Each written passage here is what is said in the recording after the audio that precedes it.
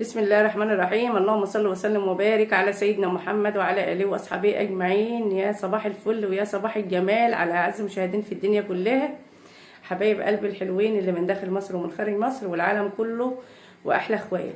وصباحكم قشطه وصباحكم عسل وصباحكم معطر بذكر الله، وكل عام وانتم طيبين حبايب قلبي الحلوين. ان شاء الله النهارده معانا بقى افكار كده من افكار السحور. ان شاء الله هنقدمها النهارده مع بعض كده، ونمشي مع بعض كده خطوه خطوه، وهنتعلم منها حبايب قلبي احلى اخوات واحلى امهات.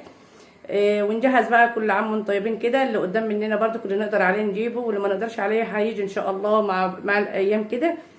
ومتنسوش بقى يا حبايبي كده تحطوا لايك بقى وشير كده واشتراك في القناه، واللي ما اشتركش اشترك عندنا كده وشرفنا ونورنا عشان قناتنا تكبر بيكم بيوميات شبكات. حبايب قلبي احلى متابعين في الدنيا كلها.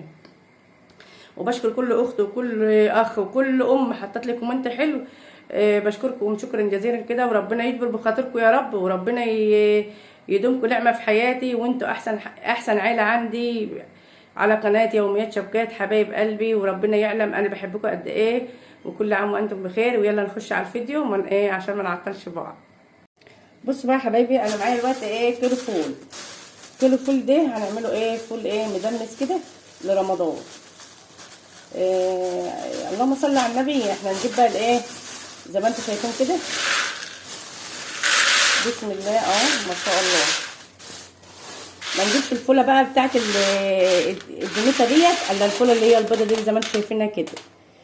ديت انا كنت جايباها ب 30 جنيه بس، ما شاء الله حاجه كده عسل العسل.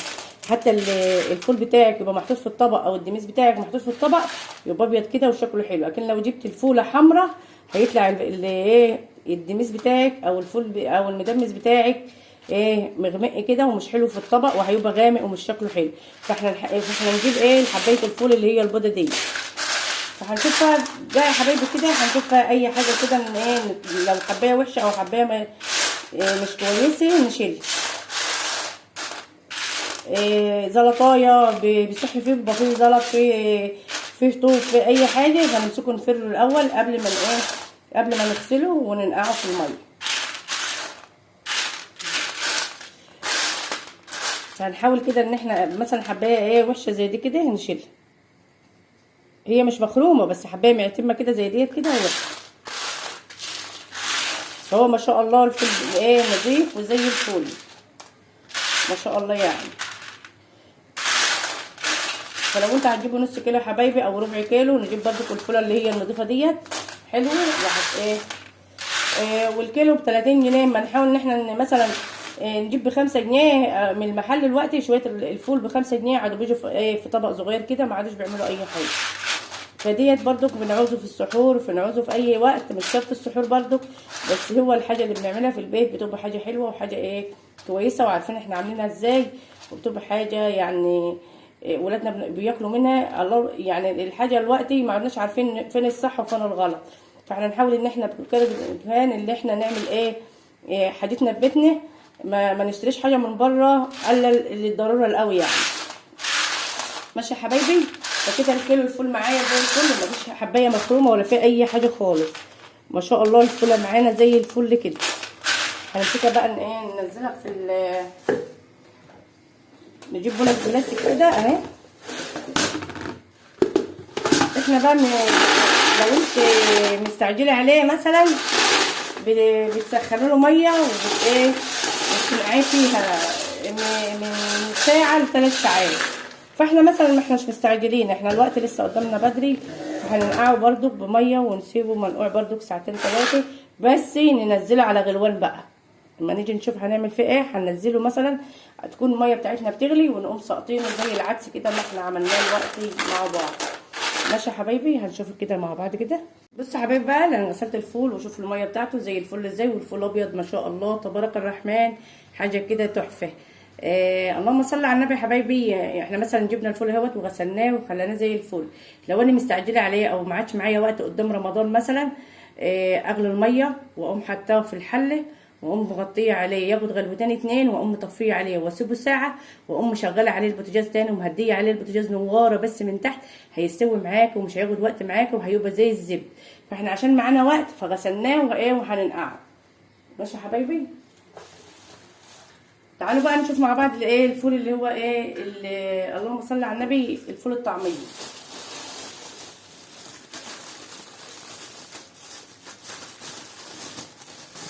يقدر يحطوا ايه ربطه كده ايه ما شاء الله تبارك الرحمن برضك اهو.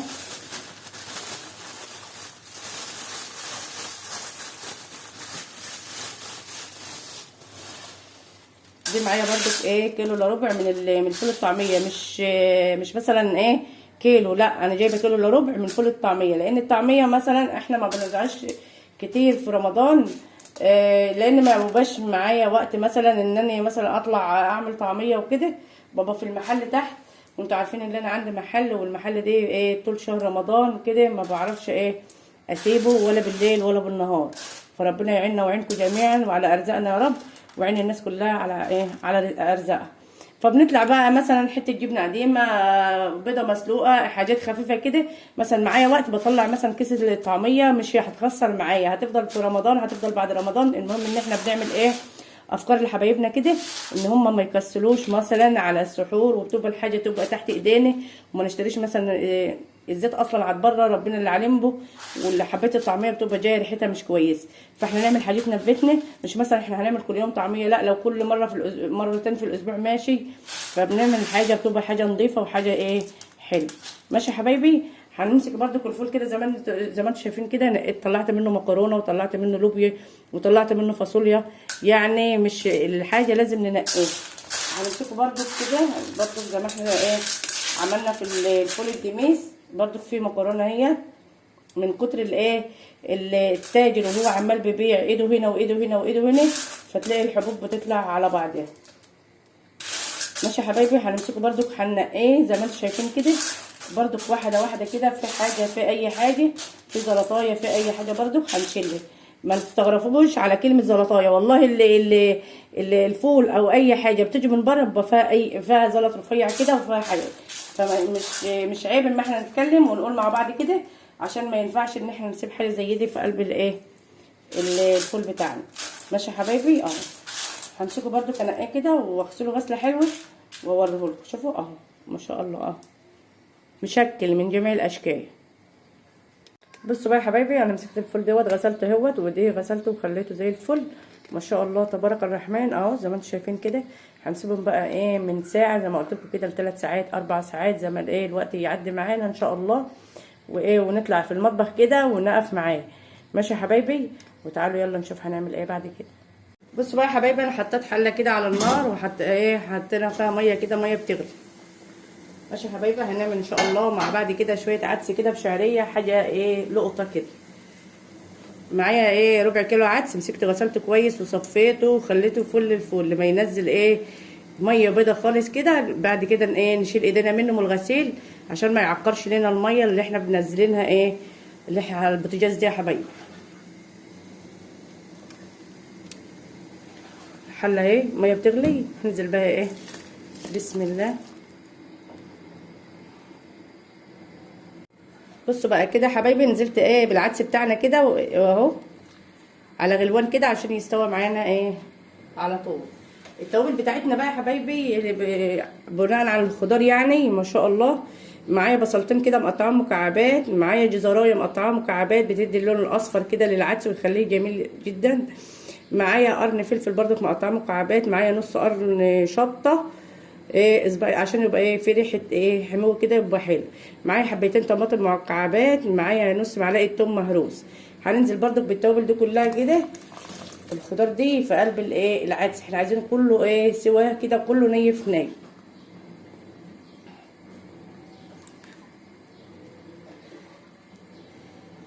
العدس عندي ما بيغلي كده يا حبايبي ما نفرقهوش، عشان ايه ممكن يبهدل الدنيا ويبهدل البوتاجاز. فنحاول ان احنا نحطه على عين صغيره ونخلي عينينا عليه ونمطلش تقليب فيه عشان ما يلزقش مننا. مش هنحط له اي توابل ملح او اي حاجه الوقت خالص الا بعد ما التوابل دي كلها تستوي، ونشوف هنعمل فيه ايه بعد كده. ماشي يا حبايبي. اهو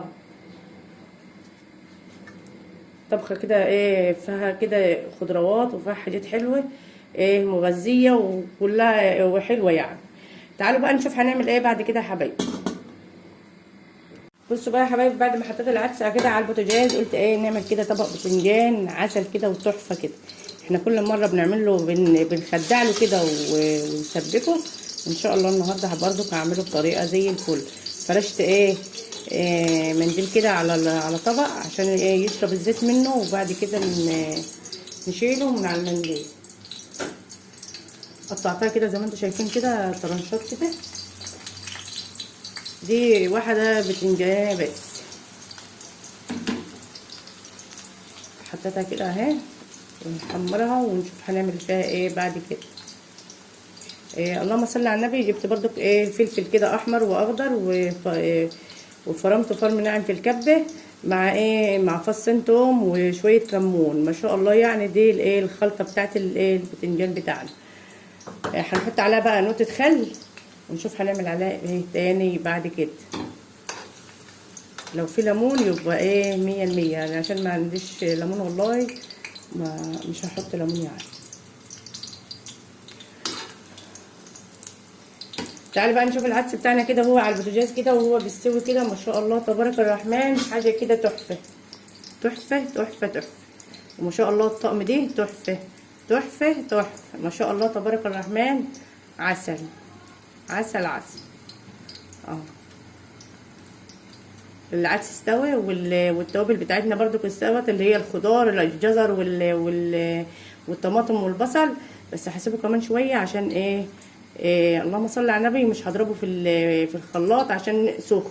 هضربه بقى بالهاند بلندر كده واقوم ضربه على طول على السريع، ونشوف هنعمل فيه ايه تاني عشان الولاد هيجوا من المدرسه يتغدوا. بصوا حبايبي كده خلصت البتنجان اهوت. ما شاء الله اهو معايا كده اخر قطعتين كده. هطلعهم كده من الطاسه. سيبهم بقى على المناديل كده، المنديل يشد الزيت اللي فيها عشان ما يبقاش فيها زيت كتير. هنزل بقى بالزيت المقدوح ده. هقوم نازله كوبايه كده من الشعريه اللهم صل على النبي للعدس بتاعنا اهي. نقلب بقى كده. ننزل بالشعريه كده عشان نحمرها كده، نخليها سفاري كده عشان بعد ما نضرب العدس بتاعنا او نفرمه في الخلاط او نصفيه في مصفى عادي خالص.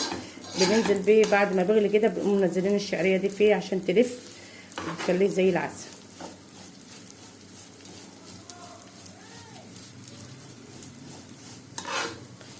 ما شاء الله تبارك الرحمن، حاجه كده عسل.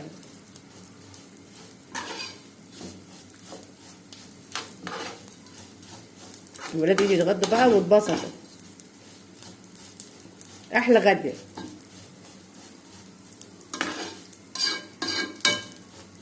اللحمه احنا عندناش بنسال عنها، خلي بالكم يعني ما عندناش بندور عليها ولا بنسال عنها. الحمد لله.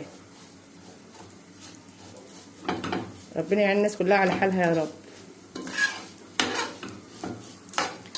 فالحمد لله ربنا يدومها نعمه علينا وفضل ونعمه كده من عند الله. كل اللي قدام مننا نعمه وفضل من عند الله. الحمد لله يا رب. هنعمل ان شاء الله طبقين عدس كده مغروفين كده عسل عسل عسل.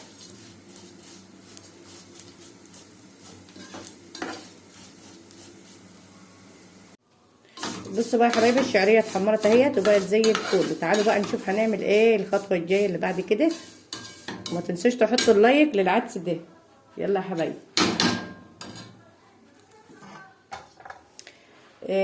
العدس بتاعنا اهوت ما شاء الله تبارك الرحمن، حاجه كده عسل اهو. هنمسكه بقى نضربه كده بالهاند بلندر عشان الوقت معانا. زي ما قلت لكم كده الولاد هيجوا من المدرسه وهيعوزوا لانهم بيطلعوا من غير فطار، وبياخدوا بيركزوا على المصاريف وبياخدوا السندوتشات يرجعوها تاني. فاللهم صل على النبي. هنعمل لهم بقى غدا حلو كده لحد ما يجوا ويتغدوا ويتبسطوا. نسمي الله كده وننزل اهو. بسم الله.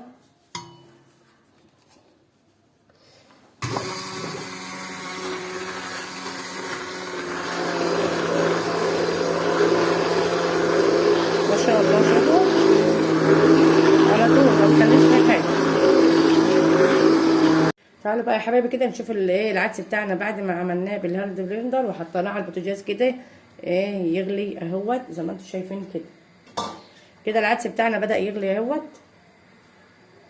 ما شاء الله تبارك الرحمن زي ما انتم شايفينه كده عسل. هننزل بقى بالتوابل بتاعتنا اهيت. معايا كمون، معايا كزبره مطحونه، معايا ملح، معايا ذره من القرف. هنمسك بقى التوابل بتاعتنا كده نقلبها كلها في بعضها كده اهي،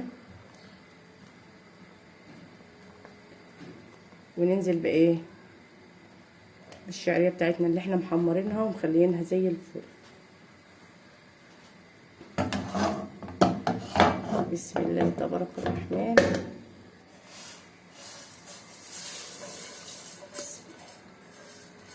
الشعريه تتحط على ايه والعدس بيغلي عشان ما تلزقش مننا وما تكتلش وما تبهدلش ايه الدنيا. ماشي يا حبايبي، العدس لازم يغلي وبعد كده ننزل ايه بالشعريه بتاعتنا ونقلب بقى. هي مش بتاخد سوا كتير، غلوتين 3 كده بتكون الشعريه خلاص استوت وبقت زي الفل. ما نحاولش بقى ان نسيبه كتير على البوتاجاز، اصل مش هنعرف نغرفه لحد بس ما الشعريه بتاعتنا تستوي وتلف كده، نقوم شايلينه من على البوتاجاز. ماشي يا حبايبي الميه بتاعتنا مظبوطه والعدس بتاعنا مظبوط والشعريه بتاعتنا مظبوطه ما شاء الله تبارك الرحمن. ونقلب بقى كده عشان ما تلزقش مننا في الحل.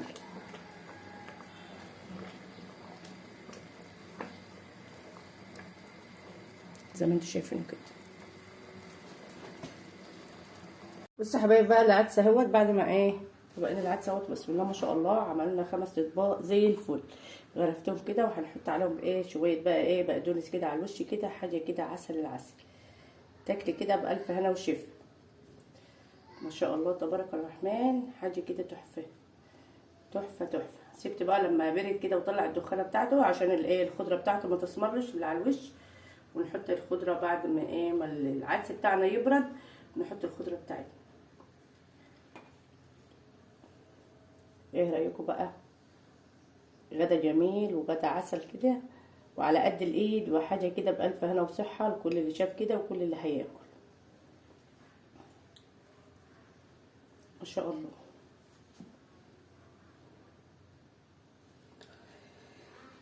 كده يا حبايبي العدس بتاعنا خلص. تعالوا نعمل بقى مع بعض كده الطحينه بتاعتنا عشان نعملها للبرنجان.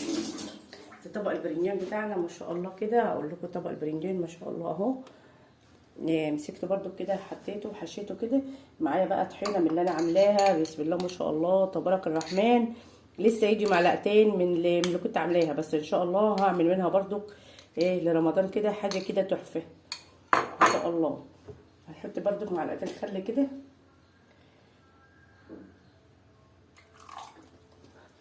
احنا بنعملها ونسيبها بقى بناخدها بالطلب كده ومعبيها في البرطمان زي ما انتم شايفينها كده. فيها خشوا كده واعملوا جوله كده في الفيديو وفي القناه، وان شاء الله هتعترفوا في حاجات كتير قوي وحاجات كتير هتبسطكم، وان شاء الله هتتبسطوا وهتطلعوا مبسوطين وزي الفل ومستفيدين كمان. ما شاء الله تبارك الرحمن. الطحينه النهارده اللي يعني جايبه الكيلو للمحل ب 120 جنيه للمحل، يعني حبه كده في البرطمان مش محصلين ربع كيلو، يعني الدنيا راحت يعني.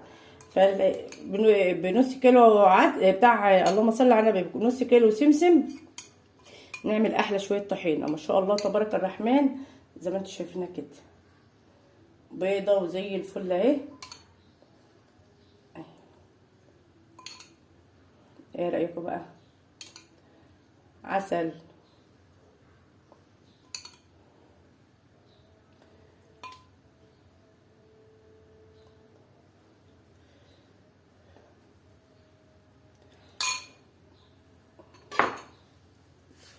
احلى طبق برنجان ما شاء الله تبارك الرحمن، حاجه كده تحفه.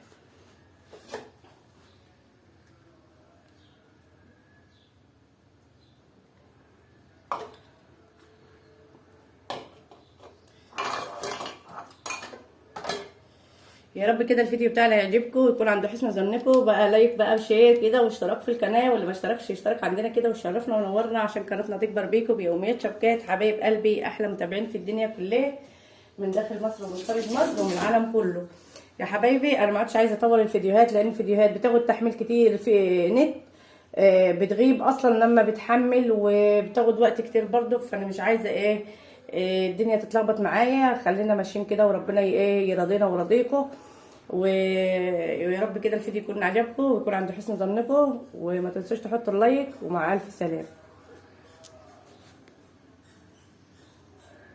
شوفوا يا ولاد حبايب قلبي كده، احنا جهزنا احلى غدا كده مع بعض. ما شاء الله تبارك الرحمن، حاجه كده تحفه تحفه تحفه. ما شاء الله تبارك الرحمن. طبق عدس كده بشعريه، بسم الله ما شاء الله، حاجه كده تستاهل بقكم. حاجه كده عسل عسل عسل. ايه رايكم؟ ايه رايكم يا حبايبي؟ ما شاء الله تبارك الرحمن. طبق عدس بشعريه كده جميل، حاجه كده تستاهل بقكم. تعالوا اتغدوا معانا. واحلى طبق بتنجان بقى برضك بالهنا والشفا. ما شاء الله تبارك الرحمن اهو، بالهنا والشفا كده اللي شاف، وبهنا والف هنا وصحه للي هياكل. ما شاء الله تبارك الرحمن، حاجه كده تستاهل بقكم. وصفات بقى يوميات شبكات، حاجه كده قشطه.